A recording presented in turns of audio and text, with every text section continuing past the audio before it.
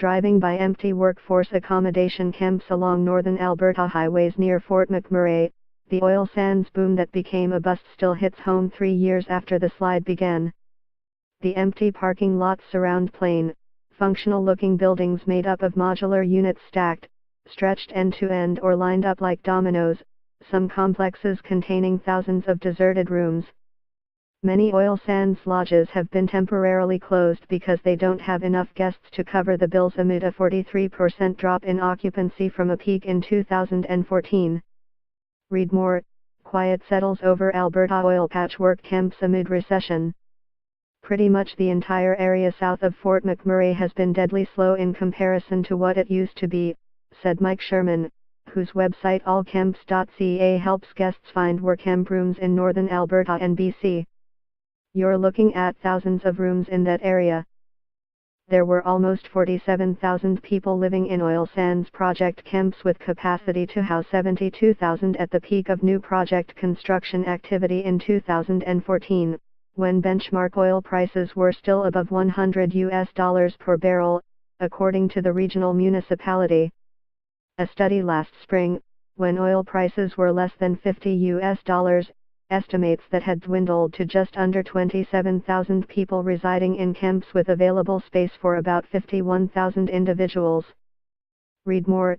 2015 worst year for Alberta jobs losses since 1982.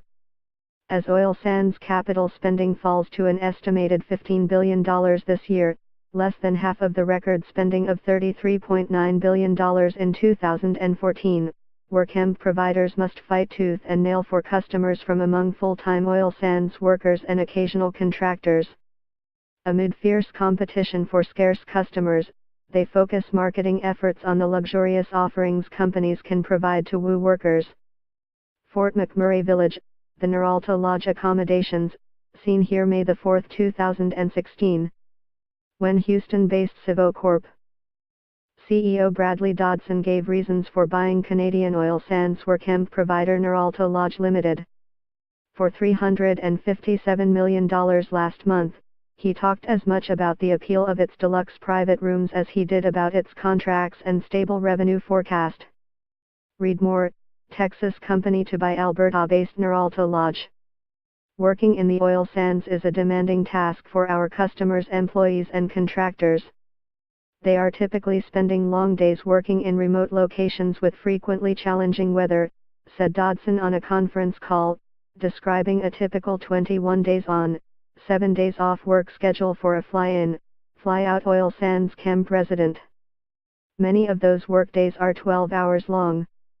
It's incumbent on us to create a home-away-from-home experience that prioritizes both comfort and privacy during their stay. Clients staying in the workcamps operated by Noralta and Civo often have private washrooms, internet access and satellite TV.